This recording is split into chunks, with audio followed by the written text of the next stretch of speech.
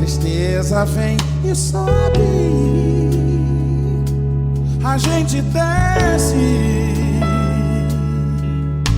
e o coração demonstra enfraquecer.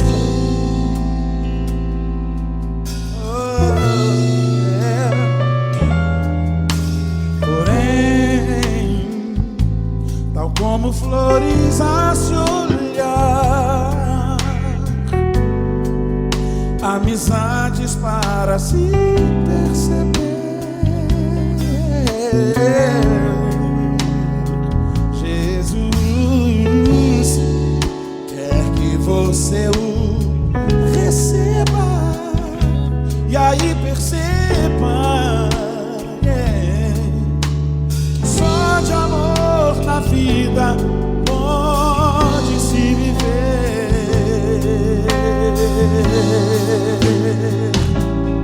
Você pode até pensar ser fantasia, coração rebido e lindo não vicia nas tristezas e amarguras do viver.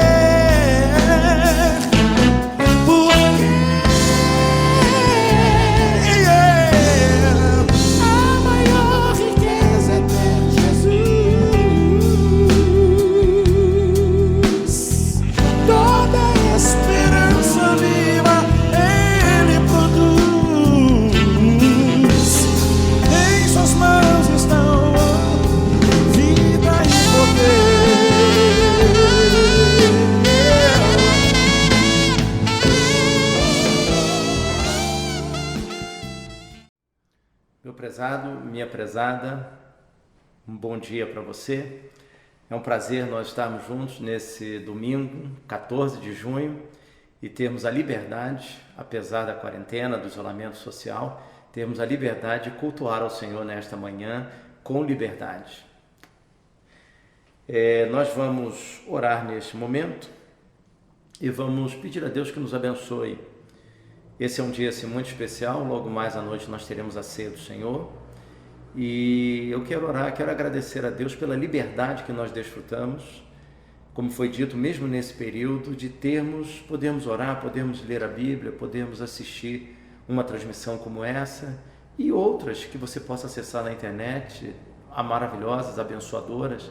Então esse é um momento assim muito especial e eu queria agradecer que no meio de toda essa dificuldade, de toda essa incerteza, de todo esse momento difícil, nós temos ainda uma liberdade individual de adorarmos ao Senhor em espírito e em verdade. O meu nome é Alexandre Gouveia Faria, eu sou pastor da Igreja Batista Central do Fonseca e quero dizer a você que é um privilégio para mim e desde já eu agradeço o privilégio de adentrar o seu lar, de estar com a sua família nesta manhã de domingo, nesse dia tão especial. Vamos orar neste momento. Soberano e eterno Deus, nós te agradecemos, ó Pai, por mais uma manhã que o Senhor nos dá.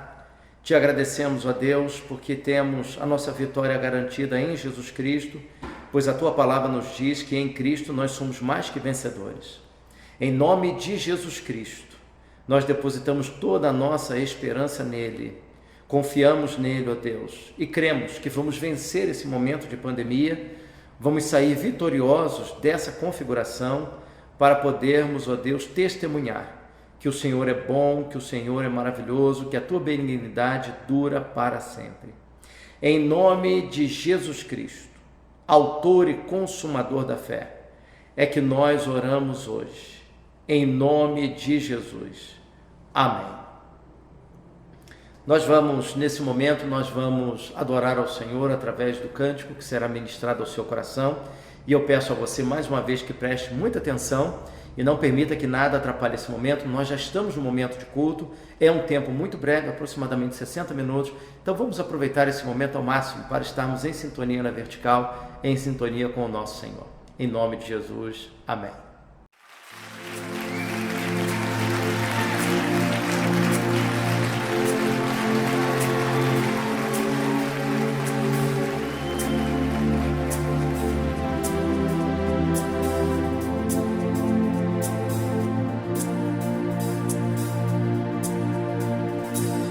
Eu te agradeço, Deus, por se lembrar de mim e pelo teu favor.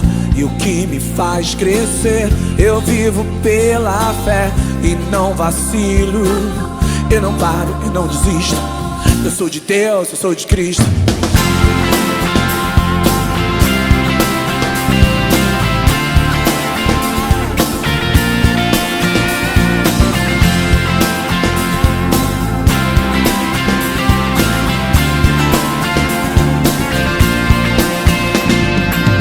Eu te agradeço, Deus, por se lembrar de mim e pelo teu favor.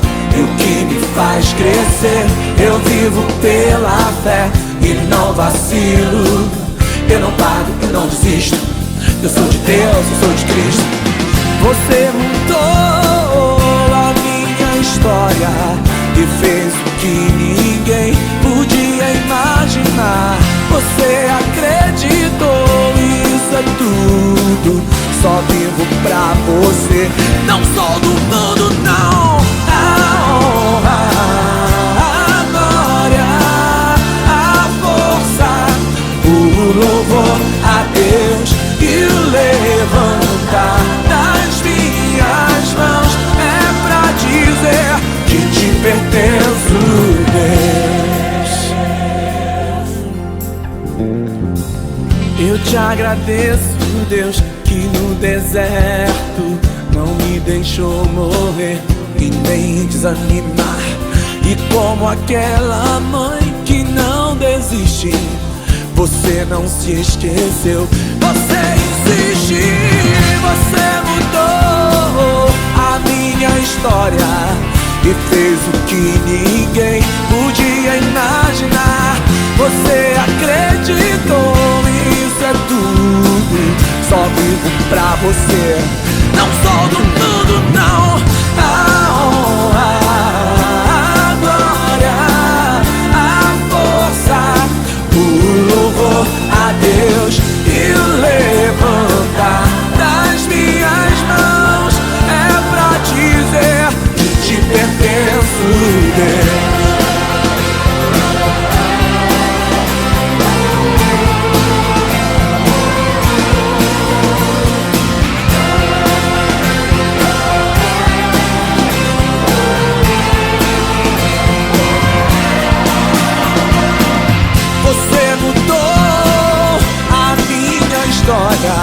E fez o que ninguém podia imaginar.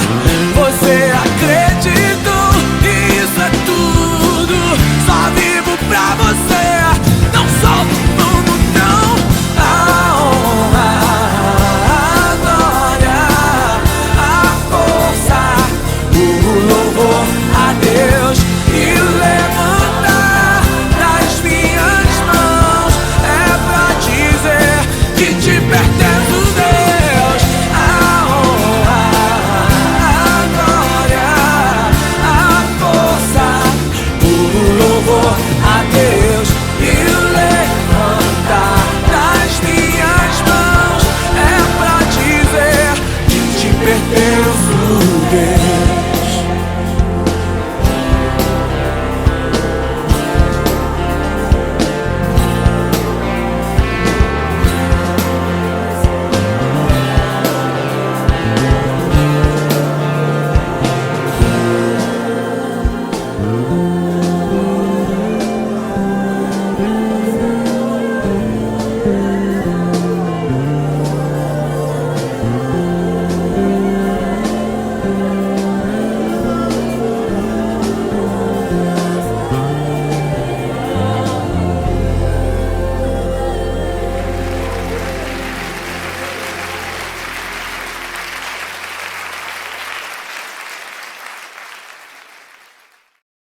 Depois desse louvor maravilhoso, a gente nesse momento tem a liberdade de meditarmos na palavra, de orarmos, de estarmos em comunhão, ainda que não comunitariamente, né, mas cada família no seu lar, ou você que está em qualquer outro lugar com o seu celular, mas a verdade é que nós podemos estar sintonizados num só espírito, e no chat aí embaixo você pode se comunicar e a gente está aí ao vivo e junto.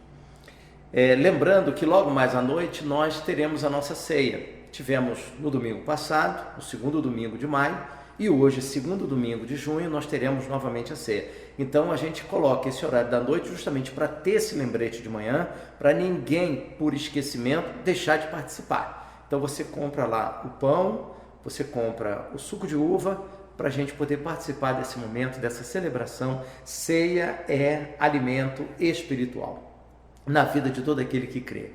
E mais, logo mais à noite, pela graça de Deus, nós veremos lá o comer e beber indignamente. O que é isso? É alguma coisa que eu fiz durante a semana, algum pecado que eu cometi? Eu consigo ficar sem cometer nenhum pecado? Então, o que significa isso, comer e beber indignamente? Como que alguém come e bebe de maneira indigna e como que alguém come e bebe de maneira digna? No próprio texto responde. Mas normalmente, nós achamos que é alguma coisa que nós fizemos durante a semana, de segunda a sábado. E aí nós nos tornamos dignos ou indignos de tomarmos a ceia. E se eu disser a você, que está lá no texto, 1 Coríntios 11, que não tem nada a ver com o que você fez durante a semana? Talvez seja uma novidade para você, mas está lá na Bíblia. Eu não vou acrescentar nada. Eu vou apenas ler e analisar aquilo que está em 1 Coríntios capítulo 11. Mas agora de manhã o assunto é um pouco diferente. É muito comum no meio evangélico, para aqueles que amam Jesus Cristo, que creem no seu nome, que depois de Jesus Cristo, o personagem mais importante no Novo Testamento seria então o apóstolo Paulo, o maior intérprete da religião cristã. Eu quero dizer a você que eu tenho no meu coração, não que eu deixe de ter carinho pelo apóstolo Paulo, tenho e muito, mas tenho no meu coração um apreço muito grande por um outro personagem um pouco diferente um personagem diferente de Paulo. Depois de Jesus Cristo, o personagem do Novo Testamento que mais me cativa, que mexe com o meu coração, e com isso eu não estou colocando uma relação de importância, de proporcionalidade entre ele e o apóstolo Paulo, de maneira alguma. Paulo foi o mais usado e ousado do Novo Testamento depois de Jesus Cristo. Mas um personagem que me chama muita atenção é João Batista. Talvez pouco estudado, apenas no seu ministério junto a Jesus, mas nós poderíamos estudar a vida de João Batista separadamente, porque é uma vida extraordinária. São poucos capítulos dos evangelhos, mas muito instrutivos, e uma vida exemplar de um homem que foi fiel a Deus até o fim da sua vida.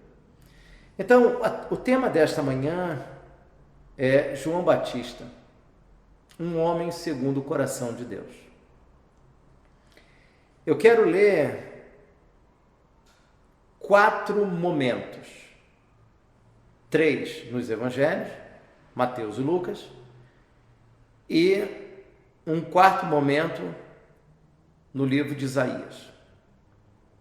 Então, a primeira passagem que nós iremos ler é Mateus capítulo 3, versos 11 e 12.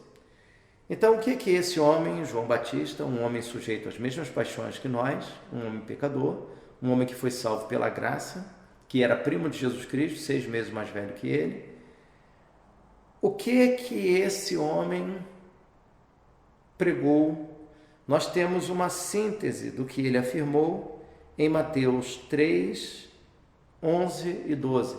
Nós temos uma espécie de uma síntese do ministério, da pregação de João Batista, o precursor de Jesus Cristo. Nos diz o texto, Mateus 3, versos 11 e 12. Eu, na verdade, vos batizo com água, tendo por base o arrependimento. Mas aquele que vem depois de mim é mais poderoso do que eu. Não sou digno nem de carregar suas sandálias. Ele vos batizará com o Espírito Santo e com fogo. Nessa afirmação de João Batista, é uma afirmação que parece simples, mas ela precisa ser entendida. Ele diz que o Messias, quando viria, batizaria com o Espírito Santo e com fogo. Não poucas vezes, entendemos esse batismo com o Espírito Santo como alguma coisa que acontece na vida cristã, e aí carismáticos e históricos vão divergir no tocante ao momento desse batismo. Carismáticos vão entender que é um revestimento ao longo da vida cristã, com a manifestação do falar em línguas, e históricos vão entender que esse batismo acontece no momento da conversão. Nós fomos batizados no Espírito Santo. Eu particularmente creio nessa posição, juntamente com a igreja histórica. Mas João Batista ele fala aqui de dois momentos que não são expressões sinônimas. Batismo com o Espírito Santo é uma coisa e batismo com fogo é outra. Há uma tendência de se interpretar batismo com fogo como sendo purificação, o que não obrigatoriamente é isso. Batismo com o Espírito Santo nesse contexto é salvação, e batismo com fogo nesse contexto é juízo. Como que a gente pode afirmar isso? Vai dizer, pastor Alexandre, mas com base em que o irmão faz essa afirmação? Eu faço essa afirmação a partir do verso seguinte, o verso número 12. No verso 12, ele explica que João está trabalhando com duas imagens e ele vai, no verso número 12, acrescentar mais imagens. E nesse verso 12, ele vai explicar o que ele falou de batismo com o Espírito Santo, o que ele disse de batismo com fogo. Preste atenção. Ele traz na mão a sua pá, e limpará a sua eira, e recolherá o seu trigo no celeiro, mas queimará a palha com fogo que não se apaga. Então, vou repetir a segunda parte. Recolherá o seu trigo no celeiro. Ele está falando, a imagem aí é uma imagem de salvação, de preservação, de cuidado, de proteção. Mas, conjunção adversativa, indica uma contraposição de ideias. Alguma coisa que é oposto à salvação só pode ser a perdição. Mas queimará a palha com fogo que não se apaga. Então, João Batista está falando de dois momentos na existência humana.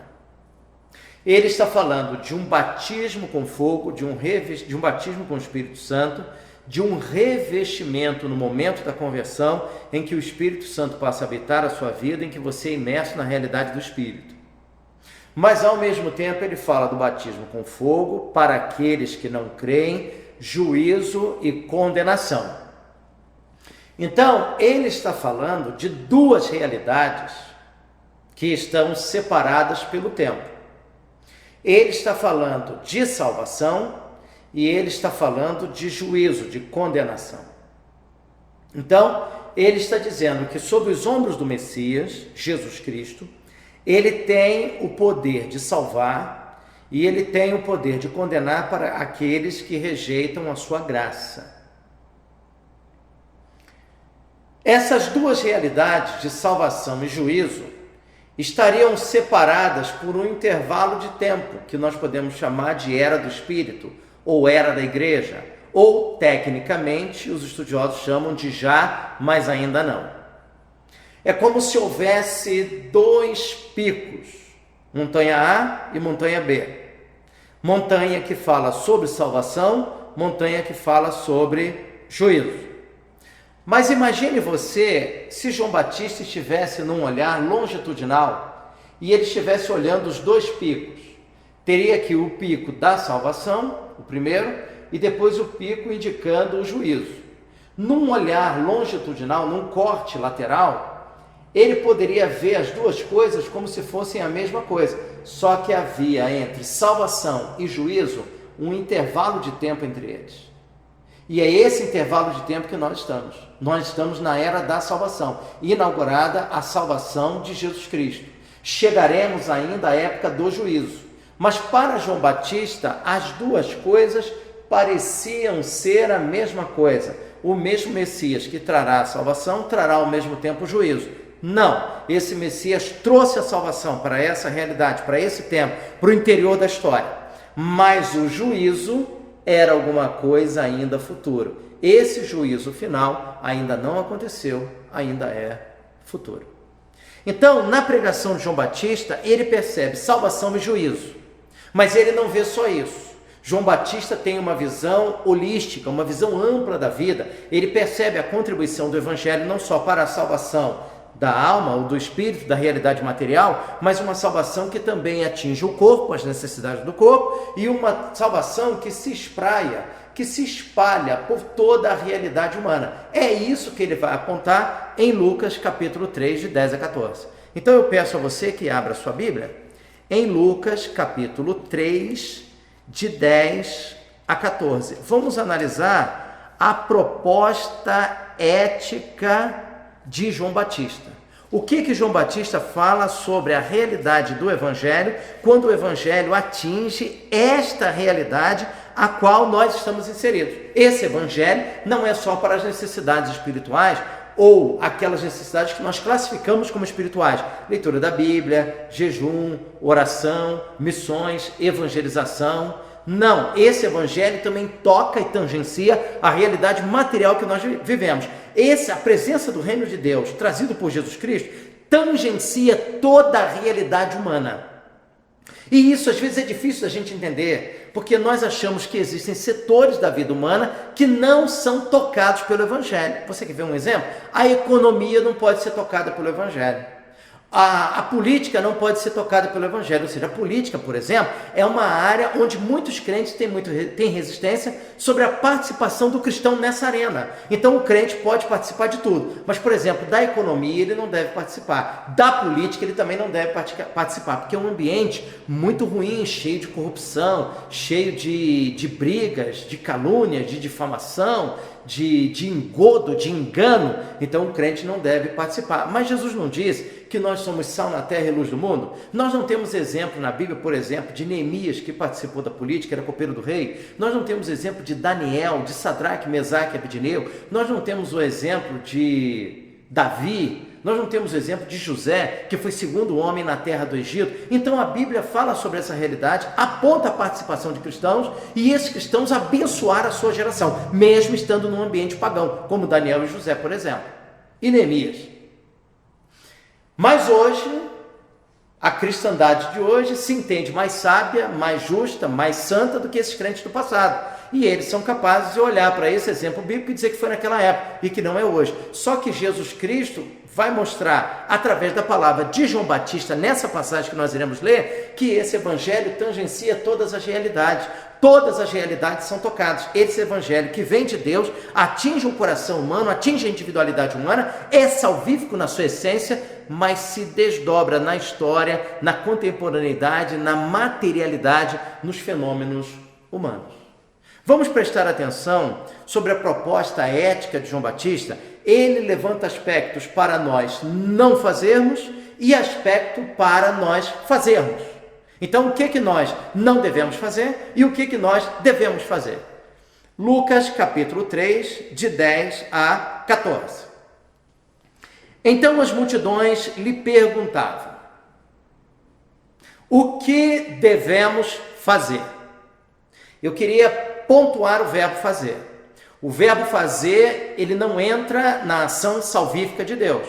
Para você ser salvo ou ser salva, você não tem que fazer absolutamente nada. Não entra o verbo fazer. Você tem que crer. E esse crer é descansar naquilo que Cristo fez na cruz do Calvário. Ou seja, nós nos apropriamos da justiça passiva, da justiça que foi praticada por Cristo na cruz do Calvário. Essa justiça é que nos justifica.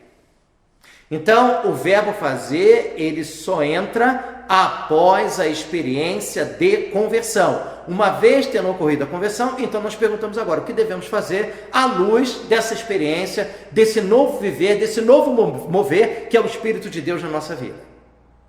Então, eles só fizeram essas perguntas porque já tinham tido o coração transformado, já tinham tido uma experiência salvífica e eles queriam saber qual a implicação dessa salvação na realidade material que nós experimentamos na horizontal.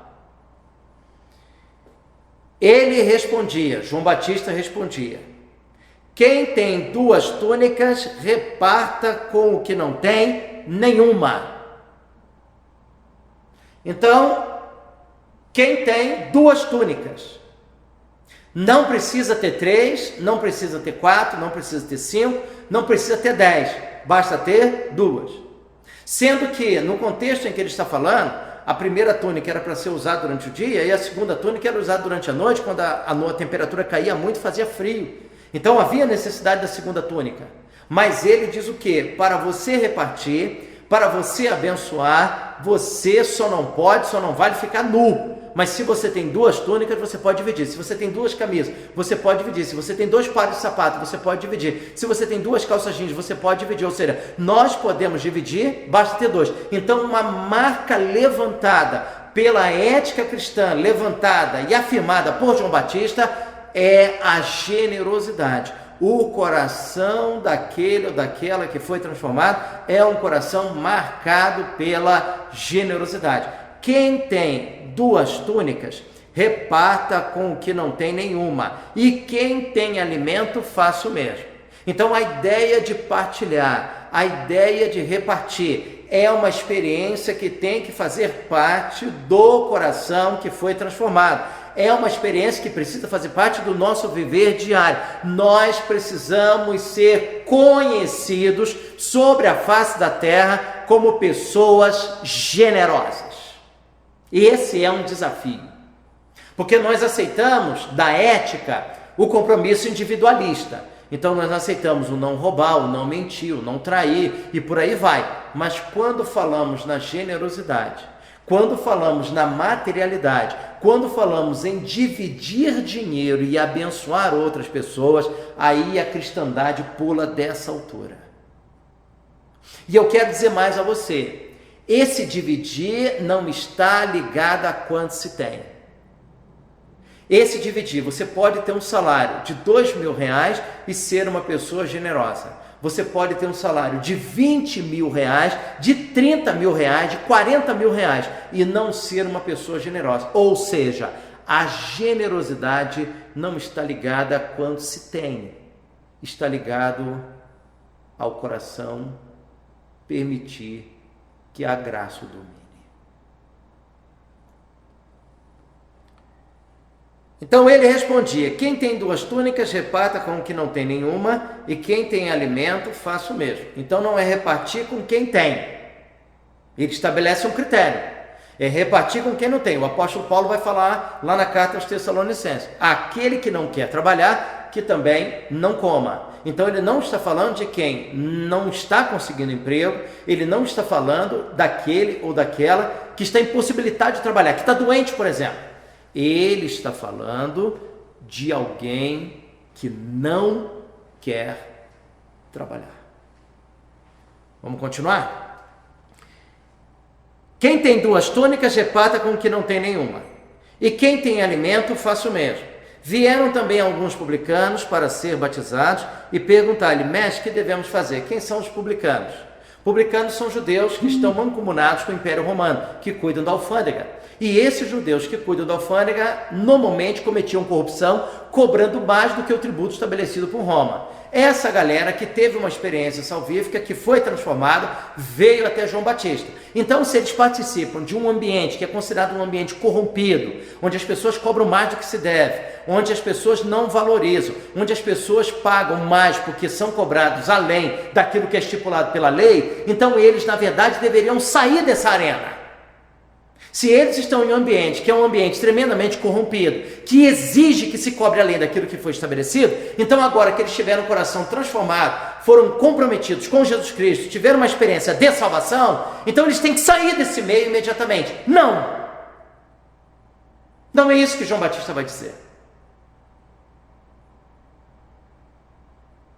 Perguntaram-lhe os publicanos: mestre, que devemos fazer? O verbo fazer só entra depois da experiência salvífica. Para ser salvo, não é por fazer, é por crer. E esse crer, como foi dito, é descansar naquilo que Cristo fez. Mais uma vez salvo, as obras importam e importam muito. As nossas obras, elas não são capazes de tornar o céu um lugar melhor. Mas as nossas obras tornam a terra um lugar melhor.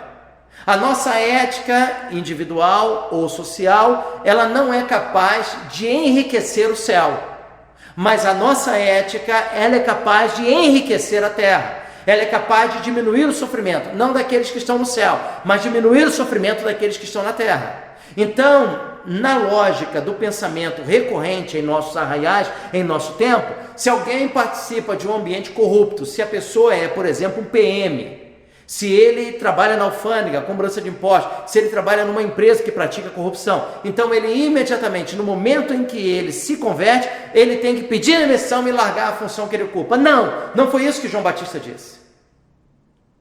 Ele disse que eles deveriam, à luz do Evangelho, à luz da experiência salvífica, eles deveriam ter agora uma nova prática, um novo comportamento que não trouxesse dano ao próximo. O que João Batista vai dizer? Verso 13, ele lhes respondeu, não cobreis mais do que o prescrito, mais do que foi estipulado. Vocês que são publicanos, que estão num acordo, num contrato com Roma, dizia João Batista, vocês até agora tiveram uma prática que trouxe empobrecimento aos demais. Quando eles cobram a mais, eles estão causando empobrecimento. Então, por trás do roubo está o egoísmo. Mas, João Batista diz, vocês agora não têm que abandonar a alfândega, porque alguém vai ter que cobrar o tributo. Roma estabelece assim. Então, vocês agora terão uma nova prática à luz da redenção. Vocês agora não cobrarão mais do que aquilo que foi estipulado. E também alguns soldados perguntaram, aí a PM de Jerusalém. E também alguns soldados perguntaram, e nós, que devemos fazer? Então aqueles que eram da guarda romana, por exemplo, o que deveriam fazer?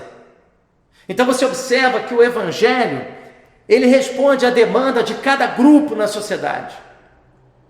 As necessidades dos empresários são diferentes das necessidades dos trabalhadores, que são diferentes dos profissionais da área da saúde, que são diferentes do pessoal que trabalha na construção civil, que é diferente daqueles que trabalham, por exemplo, submarino, que é diferente das necessidades daqueles que são militares.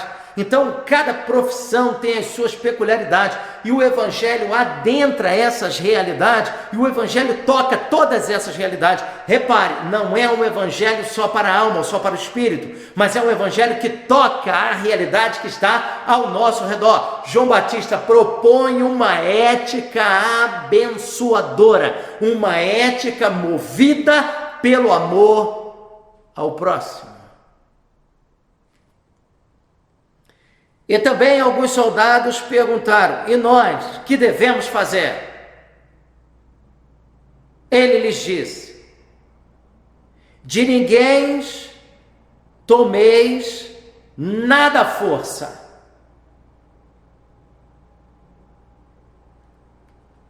Eles coíbem, João Batista coíbe toda e qualquer prática de violência desnecessária, ilegal, que possa ser praticada pelas forças de segurança.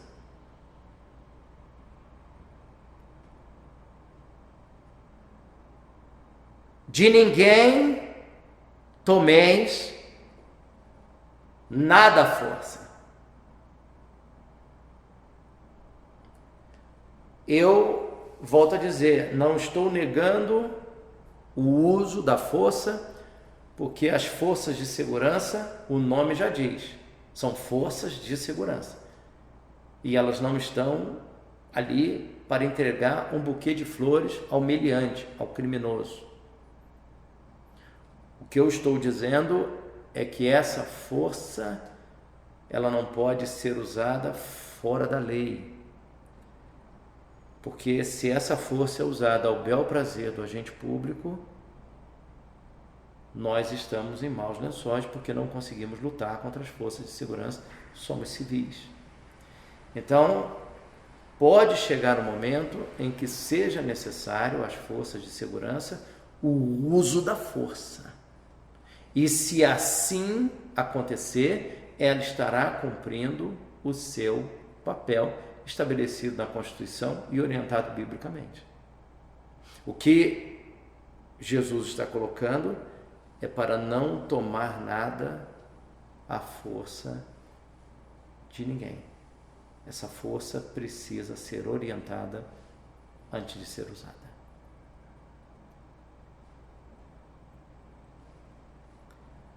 Não façais denúncia falsa.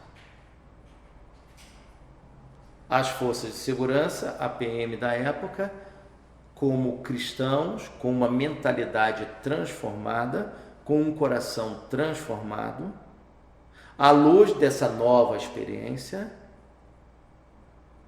eles não deveriam fazer denúncia mentirosa ou falsa. Terceiro lugar, contentai-vos com o vosso soldo ou vosso salário. O que João Batista sinaliza nessa última afirmação? É muito interessante porque ele vai colocar aí que tem que existir um espírito de gratidão. Você já reparou que o momento do desgosto é o momento em que nós pegamos o nosso contra-cheque? É o momento que nós recebemos o nosso salário? É o momento que é depositado na conta? Quem paga sempre acha que está pagando muito. E quem recebe sempre acha que está recebendo pouco. Com isso, eu não estou dizendo que a questão salarial no Brasil não seja algo problemático comparado com os países de primeiro mundo. A questão salarial no Brasil é complicadíssima, mas isso não é matéria da nossa reflexão. O que eu estou querendo apontar para você é que o seu salário, o sustento que Deus está te dando até aqui, ainda que você acredite que tenha potencial para receber mais e deve lutar por isso, para melhorar na vida, para crescer profissionalmente, mas aquilo que você recebe hoje deve ser recebido com gratidão, com graças a Deus, ainda que não seja muito, porque aos nossos olhos, aquilo que nós recebemos nunca é muito, nunca é o suficiente. Mas se Deus tem te dado, se Deus tem te sustentado, então um teste para a nossa espiritualidade é o momento em que nós recebemos o nosso sustento.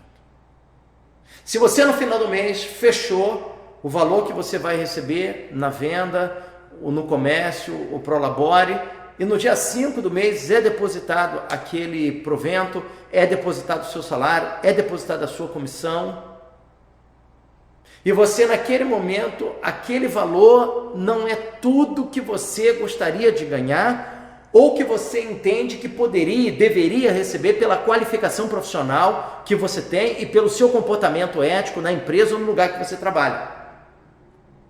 E eu também não estou defendendo que você fique paralisado na realidade que você está. Não, existe oportunidade de crescer, existe oportunidade de avançar, existe oportunidade de buscar um novo emprego, de fazer um concurso, de montar um negócio próprio, de abrir uma sociedade. Então, se existe uma oportunidade de você continuar no seu emprego e fazendo alguma coisa a mais, então eu trabalho durante o dia, mas tiro 2, 3, 4 horas para trabalhar como Uber também. Ainda que esse momento seja um momento que não esteja podendo, mas quando a economia voltar a se reaquecer, então esse é um exemplo, por exemplo, de alguém que trabalha de 8 às 3, de 8 às 2, de 8 às 5 e depois trabalha durante 2, 3 ou 4 horas como Uber para conseguir um dinheirinho a mais. O que eu estou querendo pontuar com você nesse momento é que seja qual for a sua renda, seja qual for o seu salário, João Batista diz que na hora que você recebe esse provento, Isso deve ser recebido com gratidão, ainda que não seja o salário dos seus sonhos, ainda que não seja tudo que você gostaria de receber, ainda que você acredite que deva receber mais, você deve orar pedindo a Deus para que haja novas oportunidades, para que você se qualifique profissionalmente, cresça na sua profissão, cresça na sua área, invista, crie oportunidades para ter um salário melhor. Mas aquilo que Deus tem te dado não deve servir para te paralisar, não. Mas aquilo que Deus está te dando deve ser recebido com gratidão. João Batista termina dizendo: contentai-vos com o vosso salário. Agora, a próxima passagem que nós iremos ler mostra que este homem, segundo o coração de Deus, também teve crises. Esse homem foi preso e, por fim, foi decapitado. João Batista teve uma vida, um ministério curto, mas profundamente impactante. Ele agora ele está preso, porque fez denúncias em relação ao governo da época, e ele manda os seus emissários até Jesus para perguntar se é ele mesmo ou se haveria outro. Aí você vai dizer assim: pastor Alexandre, mas eu não estou entendendo como que um homem da envergadura espiritual de João Batista teve dúvidas em relação a Jesus. Eu quero voltar ao raciocínio lá no início de Mateus 3, 11 e 12, que nós vimos que há duas realidades. Ele fala sobre salvação, batismo com o Espírito Santo, e ele fala do batismo com fogo, juízo, perdição, porque no verso 12 elucida essa questão. Uma parte no celeiro e o outro no fogo que não se apaga. Então, para João Batista, ele não conseguia perceber que havia um intervalo entre as duas realidades, que nós estamos na era da salvação, mas não chegamos ainda ao juízo final. Para ele, era como se ele olhasse de maneira longitudinal e ele visse as duas montanhas conjuntamente, salvação e juízo. Não conseguia ver que havia um intervalo de tempo. Então, Jesus traz a salvação, mas nós não chegamos ainda ao juízo final. E é isso que Jesus vai mostrar. Mas João Batista, ele manda fazer a pergunta a Jesus, por quê? Porque ele está ouvindo sobre a salvação. Mas ele mesmo pregou sobre o juízo, como nós vimos lá em Mateus 3, 10, 11 e 12. E ele vai perguntar o seguinte: peraí, sobre a salvação eu estou ouvindo, estou sabendo, a salvação está sendo anunciada, está sendo pregada, mas e o juízo? Vão lá e perguntem a ele: é ele mesmo ou haveria de vir outro? Eu me enganei? Não era ele? Ou eu disse alguma coisa que não deveria? Na verdade, João Batista não estava entendendo que havia um intervalo de tempo entre a salvação e o juízo final, que é essa era que nós estamos vivendo, a era da igreja, a era do Espírito, a era de missões, a era de proclamação da salvação em Cristo Jesus. E não foi previsto por João Batista que nós estaríamos nesse momento numa transmissão eletrônica. João Batista nunca pensaria nisso, o apóstolo Paulo não pensaria nisso, Mateus, Marcos, Lucas, João, nenhum deles. Mas essa transmissão, esse advento da tecnologia serve para a pregação do Evangelho. Então você perceba que o Evangelho vai usando todos os meios lícitos para alcançar o seu objetivo, que é levar a mensagem de salvação àqueles corações que não conhecem a Deus, para que tenham vida e vida em abundância. Em Mateus capítulo 11, inicia-se assim: terminando de dar instruções aos seus 12 discípulos, Jesus partiu dali para ensinar e pregar nas cidades da região. Mateus 11, 2.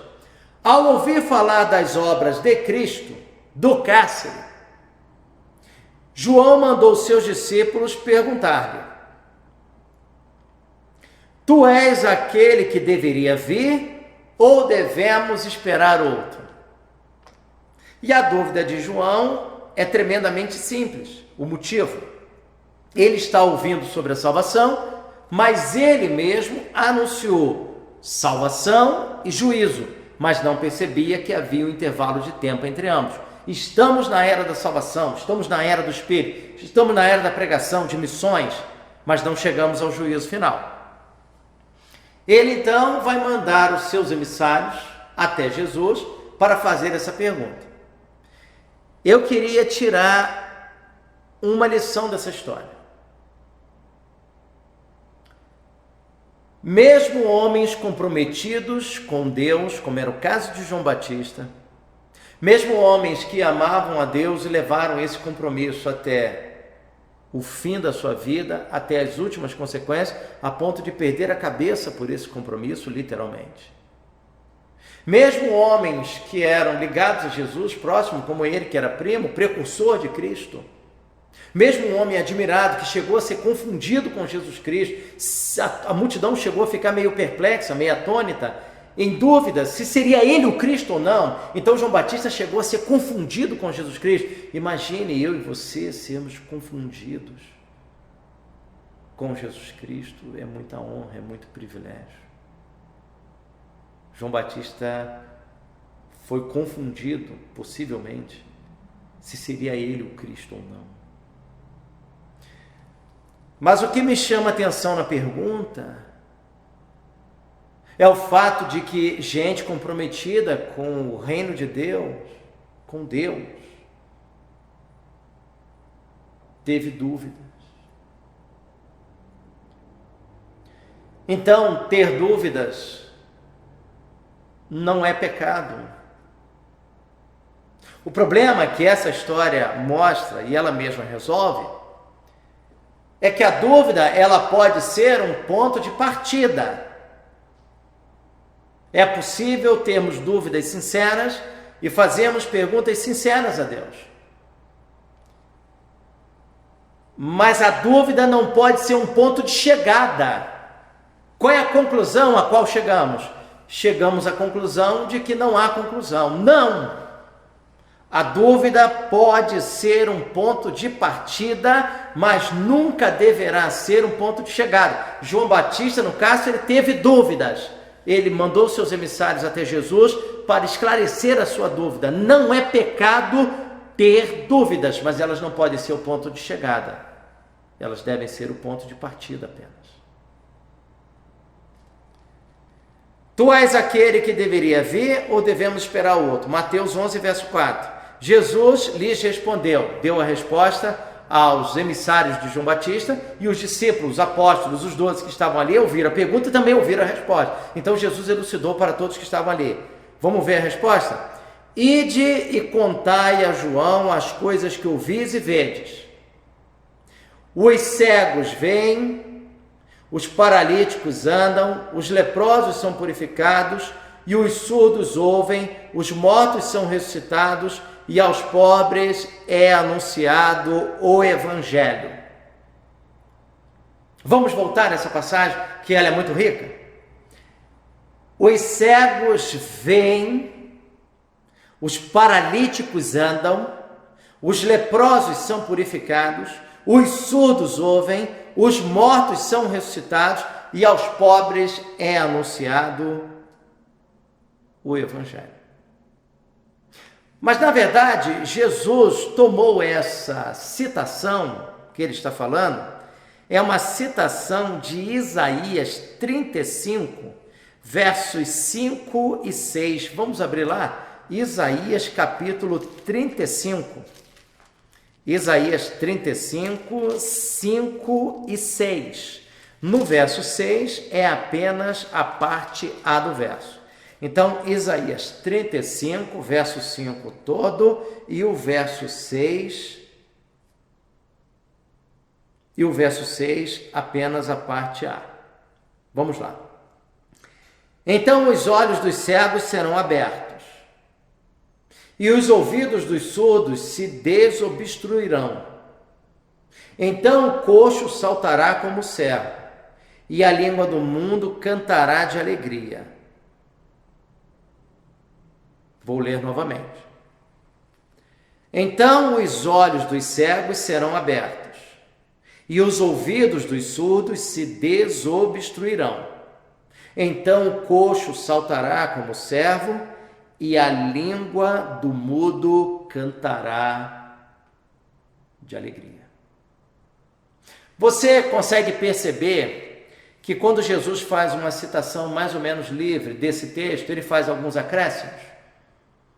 E eu queria que você comparasse as duas versões. Vamos examinar para ver onde estão os acréscimos?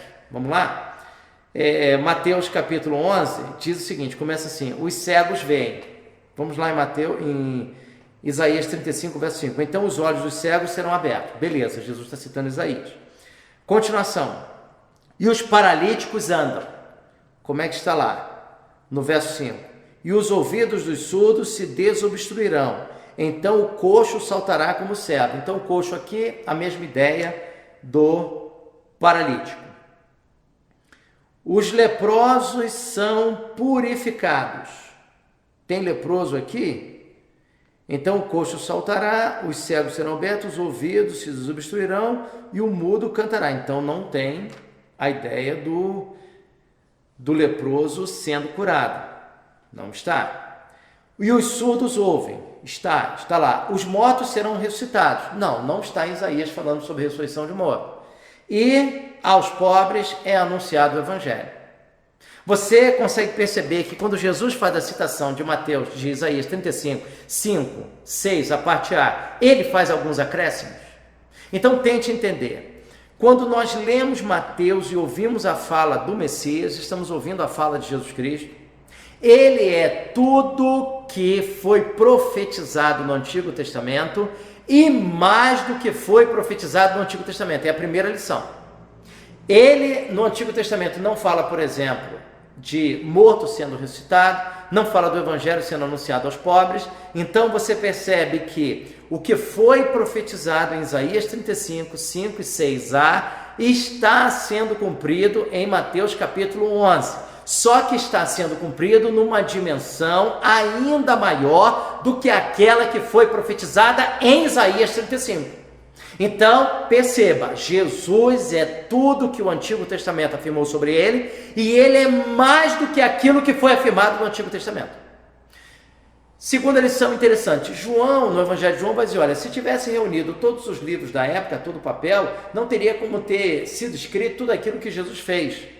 Então Jesus fez muito mais do que aquilo que está registrado em Mateus, Marcos, Lucas e João. Ou seja, Jesus é tudo que os evangelhos afirmam que ele é. E muito mais, a ponto do evangelista João dizer que não teria como armazenar, escrever, porque não haveria papel então para tanta coisa que Jesus fez. Então ele fez muito mais, mas o que ficou registrado foi o que aprouve a Deus ficar registrado para a nossa edificação. Ou seja, a Bíblia, seja o Antigo ou o Novo Testamento, a Bíblia não é um livro exaustivo, não diz tudo que eu quero saber. A Bíblia é um livro suficiente, ou seja, ela diz tudo que eu e você precisamos saber. Só que o meu ponto é esse, Jesus é tudo que o Antigo Testamento diz, mas agora nós vemos que no cumprimento da profecia de Isaías foi ainda maior. Então ele é tudo que o Antigo Testamento diz e muito mais. Ele é tudo que os evangelhos afirmam, que o Novo Testamento afirma sobre ele, mas o próprio João diz que ele é muito mais, ou seja, a própria Bíblia não consegue conter Jesus Cristo. Ele é maior e vai além. Ele é tudo que está escrito aqui e mais, muito mais. Então, no cumprimento da profecia estabelecida por Isaías 35, versos 5 e 6, Jesus não só cumpre a profecia e ultrapassa a profecia, se lembrando e aplicando o seu poder aos mortos, a uma realidade insolúvel. Nós não temos solução para a morte. Quando nós vamos a um sepultamento, quando nós estamos no velório, está ali um morto, ninguém ousa dizer que vai ressuscitá-lo, só Deus pode fazer isso. Então o problema é insolúvel. Jesus tem a solução para problemas insolúveis. O problema da morte é um problema sem solução. Jesus tem a solução. Se ele tem a solução para a morte, ele tem a solução para qualquer problema sobre a face da terra. Segundo lugar, o anúncio do evangelho aos pobres. Os pobres nunca foram esquecidos no Antigo Testamento. Prova disso é a ética social que está no Pentateuco, nos 5 primeiros livros, principalmente em Deuteronômio. 10 vezes vai aparecer a construção, falando sobre viúva, sobre órfão e sobre estrangeiro, que eram os grupos marginalizados em Israel. Então, os pobres nunca foram preteridos. Isso não significa dizer que nós vamos nos acomodar com a questão da miséria e com a pobreza. Antes dessa pandemia, 33 milhões de brasileiros estavam abaixo da linha da miséria. Hoje esse número deve ter aumentado ainda mais. Estávamos aí com algo em torno de 7 ou 8 milhões de desempregados. Corremos o risco de chegarmos ao final do ano com 20 milhões de desempregados ou mais. A queda no nosso PIB talvez seja de 3, de 4, de 5, aos pessimistas que afirmam que pode ser superior a 7%. E isso significa muita redução salarial e muito desemprego. Esses grupos não são esquecidos por Jesus Cristo. Os pobres não são esquecidos por Jesus Cristo. Os desempregados, os enfermos, nenhum desses grupos que são possivelmente abandonados pela sociedade ou não são vistos pela sociedade, são invisíveis, como aqueles que dormem nas ruas, são invisíveis aos nossos olhos. Eles não são esquecidos por Deus. Deus não esquece nenhum desses grupos. E a prova disso é que Jesus citou-os. E bem-aventurado é aquele que não se escandalizar por minha causa. Então ele faz coisas extraordinárias. E o milagre é algo que está dentro da soberania de Deus. E Deus está livre para fazer os milagres que Ele quiser, semelhante a esses que Ele fez, ou fazer milagres diferentes, de acordo com a necessidade do século I e de acordo com a necessidade do século XXI. Em algum momento da história nós vamos meditar sobre o milagre e a gente vai discutir sobre isso. O milagre é sempre o mesmo, mas o feito extraordinário varia de acordo com a necessidade. Bem-aventurado, feliz, aquele ou aquela que não se escandalizar por minha causa. Então ele respondeu a pergunta de João Batista, que está preso no cárcere, para os seus enviados, para os seus emissários, e respondeu também para os 12 que estavam ali. Todos receberam uma grande aula, uma aula extraordinária, daquele que tem a maior autoridade sobre a face da terra. Ninguém tem autoridade maior do que o próprio Jesus Cristo, a própria verdade encarnada em forma humana. Olha o que diz o verso 7, ele é muito importante, queria que você prestasse atenção. Mateus 11, verso 7. Ao partirem, quem partiu? Os 12? Não. Os emissários de João Batista fizeram a pergunta, receberam de Jesus a resposta. Repare, não houve uma repreensão a João Batista por ter dúvida. Foi apresentada a dúvida de João Batista a Jesus, Jesus respondeu a pergunta e falou, bem-aventurado, feliz é quem não se escandalizar em mim. Mas não houve nenhum tipo de repreensão. Por quê? Não é pecado ter dúvida, mas a dúvida não pode ser um ponto de chegada, a dúvida deve ser um ponto de partida. E nós devemos buscar em Deus a nossa resposta.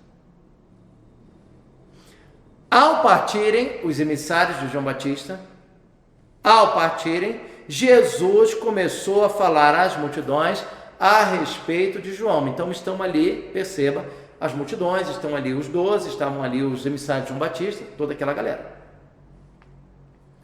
Jesus começou a falar às multidões a respeito de João. Que fostes ver no deserto?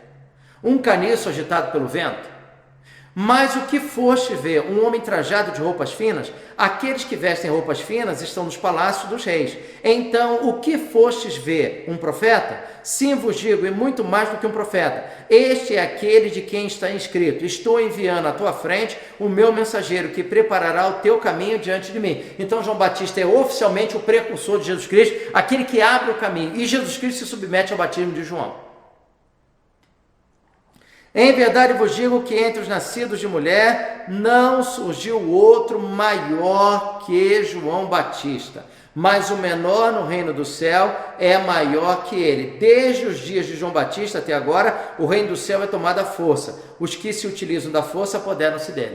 É uma menção que Jesus está fazendo, a força que foi utilizada contra João Batista, e se apoderaram de João Batista e ele está preso no cárcere. Mas o meu ponto não é esse. O meu ponto é: nascido de mulher, na antiga dispensação, não houve ninguém maior que João Batista.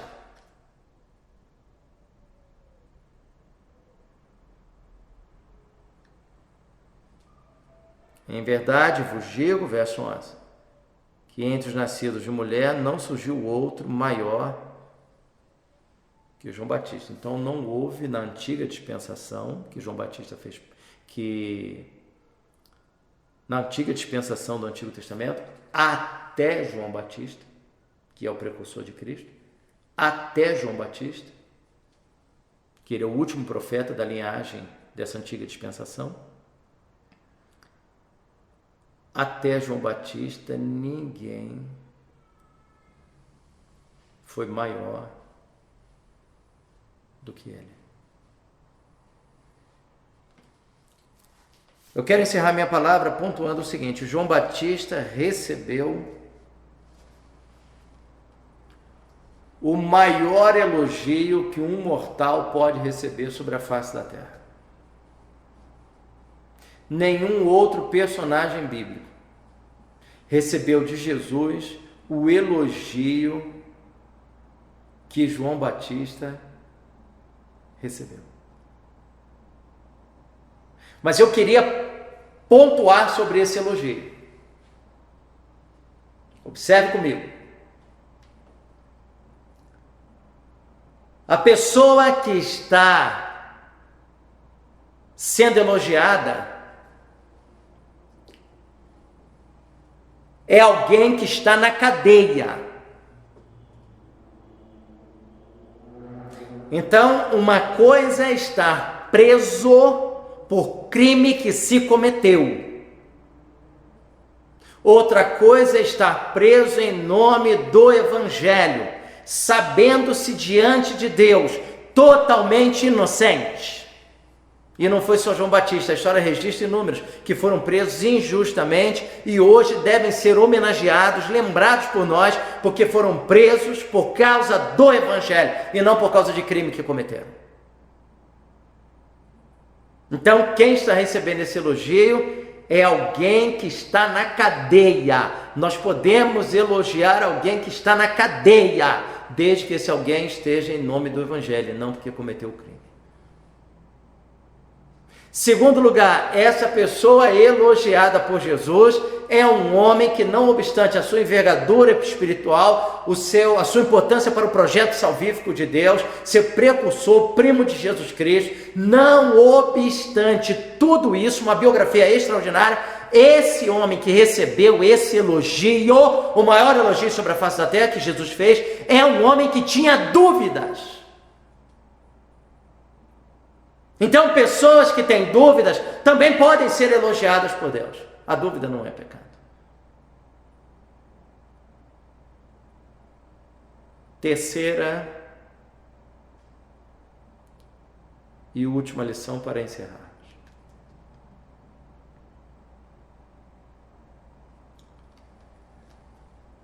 Quando Jesus começou a falar sobre João Batista, o verso de número 7 de Mateus 11 diz que os emissários de João Batista já tinham ido embora. Jesus fez o maior elogio que um mortal poderia receber sobre a face da terra. Verdade.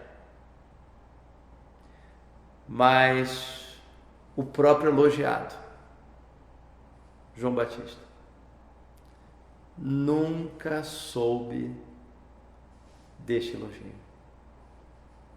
Morreu sem saber. Então, isso fica assim para nós uma reflexão que nem sempre seremos elogiados. Nem sempre reconhecerão o nosso valor em público. Nem sempre receberemos a justa retribuição pelo trabalho, pela dedicação que temos. Pode ser que os elogios sejam feitos e eles nunca cheguem a nós.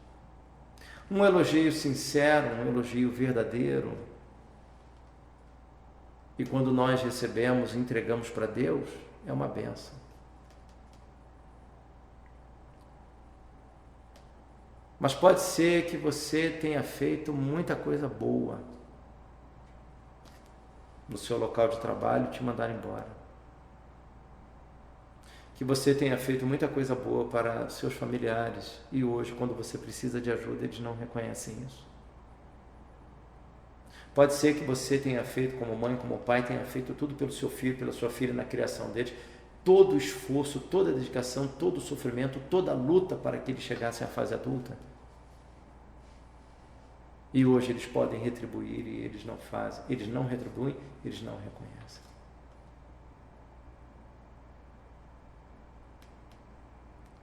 Eu quero dizer a você que isso pode acontecer. Infelizmente. Isso pode acontecer. Logo, nós não devemos ter uma dependência emocional, uma expectativa sobre fatos, sobre situações que, para se concretizarem na nossa história, como no caso do elogio, depende de outro ou de outra. Então, meu conselho a você: tenha muito cuidado com essa dependência emocional, porque isso pode trazer grande frustração. João Batista foi um homem que viveu para Deus e viveu para o próximo. E com elogio ou sem elogio, João Batista foi uma bênção. Com elogio ou sem elogio, ser tu uma bênção. Em nome de Jesus. Amém. Vamos louvar ao Senhor nesta hora.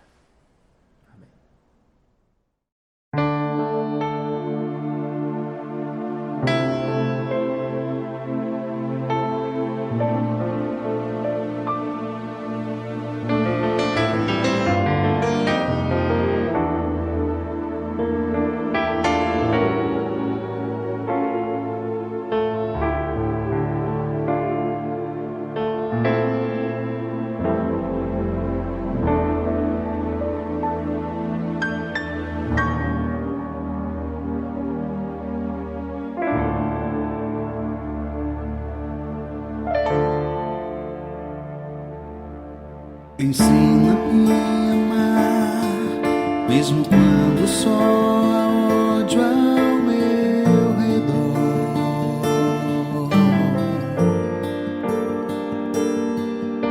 Ensina-me a dar, mesmo quando não há nada a receber.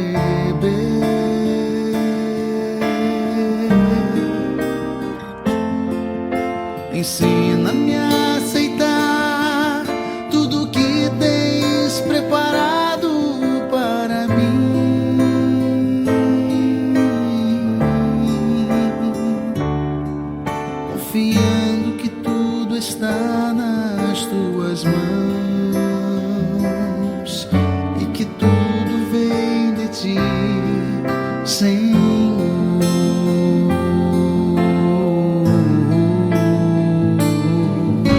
Ensina-me a adorar, mesmo quando há pranto em meu coração.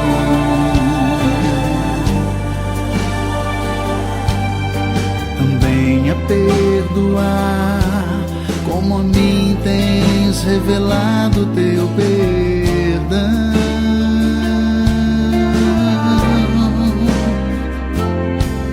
E que eu possa ter mais sede de te conhecer melhor, cada dia mais vontade de estar ao teu redor, escutando teu falar, sentindo teu amor, vivendo junto a ti, Senhor.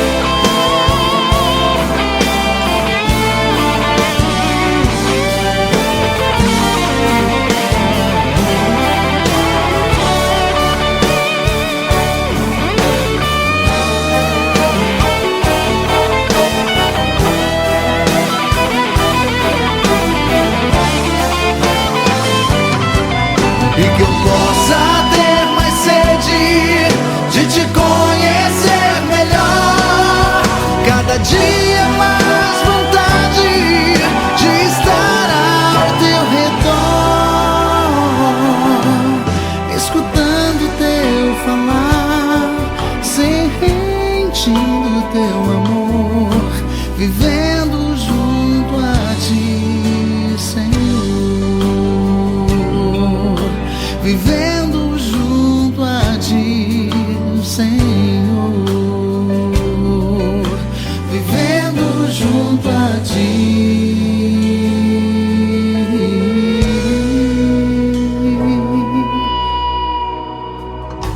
Ensina-me a amar, ensina-me a aceitar, ensina-me a amar, ensina-me a aceitar.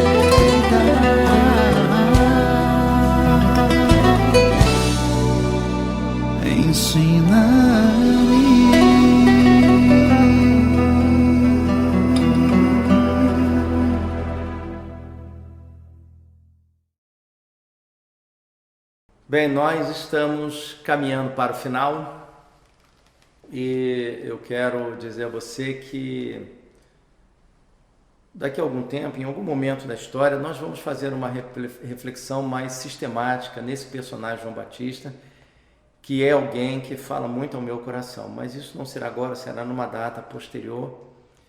Nós vamos fazer, são poucos capítulos da Bíblia, né? A vida de João Batista abarca poucos capítulos dos Evangelhos. Então, eu tenho um desejo muito grande de compartilhar com vocês uma série de reflexões, talvez umas 5 ou 6 reflexões semelhantes a essa, sobre a vida desse personagem pouco explorado, pouco conhecido. Como eu disse, geralmente o grande personagem depois de Jesus Cristo é o apóstolo Paulo, mas eu creio que tem muita coisa boa que a gente pode aprender com João Batista. Ele foi um homem segundo o coração de Deus, eu creio nisso. Quero lembrar você que no próximo, hoje, logo mais à noite, hoje, logo mais à noite, às 19 horas, nós temos a nossa ceia, então você separa lá o suco de uva, o pão, para nós participarmos desse momento, é a nossa segunda ceia virtual.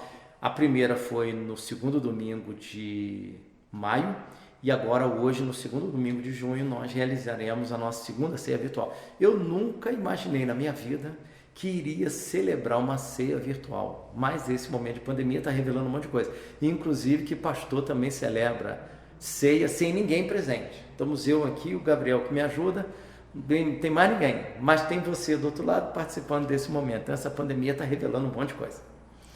Então eu convido você que crê em Jesus a participar desse momento. Não precisa ser membro da Igreja Batista Central da Fonseca. Nós estamos celebrando a ceia com todos aqueles que bondosamente assistem essa transmissão, que participam com a gente. Então, em nome de Jesus, você participe da ceia. A ceia é alimento espiritual. O outro aviso que eu vou te dar é que queria que você orasse. Esse programa ele faz parte de um ministério chamado Ministério Viva a Vida, que é um projeto que Deus colocou no coração do pastor Alexandre para abençoar pessoas. E nós estamos aí caminhando para nós fecharmos com uma empresa de trabalho virtual, de ambiente digital, para a gente dar uma reformulada no nosso programa, para ele ficar ainda melhor. E eu queria que você orasse, porque a gente vai precisar de ajuda de outras pessoas, a gente vai precisar de levantar parceiros para nos ajudarem. Então você vai orando por isso, o que Deus colocar no seu coração. Se você sentiu o desejo de participar desse desafio, primeiro você ore, porque a gente não tem ideia de como que vai ser isso, estamos tentando, estamos consultando, mas o meu coração, a minha ideia é que isso esteja fechado agora no mês de junho, e a partir de julho, não sei se no primeiro domingo, mas a partir de julho a gente já tem uma nova formatação para abençoar ainda mais a sua vida. Então você nos ajude em oração para que a gente consiga chegar a pleno acordo com a empresa, do serviço que vai ser prestado, do valor que será pago. E se você sentir no coração se tornar parceiro desse projeto, para que outras pessoas continuem ouvindo essa palavra, para que chegue a demais pessoas, para a gente publicar mais vídeos e ter mais trabalhos nesse canal, então você participe com a gente. Eu peço a você que por enquanto ore nesse sentido e no momento próprio a gente vai comunicar o que ficou decidido. E o último pedido que eu faço a você é para você dar aí o joinha, se você foi abençoado, se Deus falou ao seu coração, você dá aí o joinha no vídeo, para esse vídeo se multiplicar, chegar a mais pessoas, você se matricula, se inscreve no canal, vai lá, aperta o sininho, se inscreve no canal, que é bênção na sua vida, aquilo que sair no canal é avisado imediatamente a você, só você clicar lá no sininho, todas as notificações, e você faz parte da família Viva a Vida da IBC Fonseca. Mesmo que você não seja membro da igreja, mesmo que você more distante do Fonseca, de Niterói, não tem problema algum. A gente vai manter o nosso vínculo virtualmente. Um outro aviso é que já estão me perguntando, depois com o término da pandemia, se essas transmissões vão continuar. No primeiro momento, as transmissões eram para atender a necessidade da Igreja Batista Central do Fonseca. Mas outros amigos, outras pessoas queridas se interessaram e a gente passou a enviar para essas pessoas na lista de transmissão, tem acesso ao canal, coloco no meu Facebook, enfim, você pode enviar para os seus amigos. Tornou-se um trabalho agora sem fronteiras. E eu quero dizer a você que, ao término da pandemia, quando as igrejas puderem voltar a se reunir, voltar a se reunir normalmente, a gente não vai ter mais a transmissão domingo de manhã e domingo à noite. Por quê? Porque não é nosso objetivo estabelecer nenhum tipo de competição com a igreja local. Você faz parte de uma igreja local, a sua igreja local é bênção na sua vida e você vai continuar somando, ajudando, se dedicando ao trabalho da sua igreja local, apoiando o seu pastor, não tem problema algum. E esse trabalho não interfere na sua vida de comunhão com a sua comunidade local.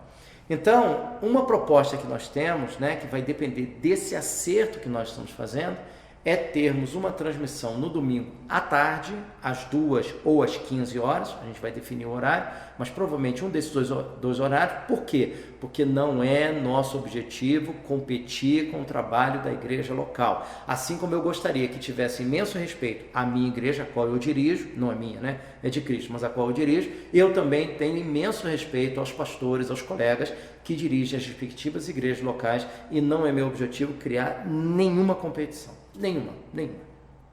Então, uma transmissão no domingo, às 14 horas ou às 15 horas, no mesmo formato que você tem aqui, e possivelmente uma transmissão durante a semana, na quarta-feira ou na quinta-feira, por volta de 9 horas da noite, alguma coisa assim, que aí o pessoal já participou no culto na igreja local, e também aqueles que chegam do trabalho e não têm oportunidade de estar na igreja, 9 horas já estão em casa e participariam dessa transmissão semanal. Então, hoje nós temos duas transmissões, uma de manhã e uma à noite. Depois, ao término do isolamento social, passaremos a ter duas, continuaremos a ter duas, só que passaremos a ter no domingo à tarde e durante a semana à noite. Mas isso está dependendo desse acordo, desse contrato que a gente precisa fechar. Você nos ajude em oração. Vamos orar nesse momento e após a oração nós estaremos encerrados. Senhor, em nome de Jesus, nós te agradecemos por essa manhã maravilhosa, por esse momento de meditação, de reflexão na Tua Palavra. Muito obrigado por esse privilégio. Nós estamos confinados, mas a Tua Palavra não está confinada, não está presa, ela está livre. Em nome de Jesus Cristo, abençoa, Deus, o Teu povo nesta hora. Guarda o Teu povo em Teu santo nome.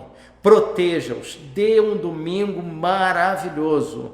Em nome de Jesus Cristo, autor e consumador da fé, hoje e sempre. Amém.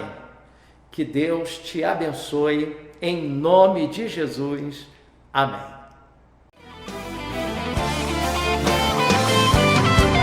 E que eu possa ter mais sede de te conhecer melhor, cada dia mais vontade de estar ao teu redor, escutando teu falar, sentindo teu amor, vivendo junto a ti, Senhor, vivendo junto a ti, Senhor, vivendo junto a ti.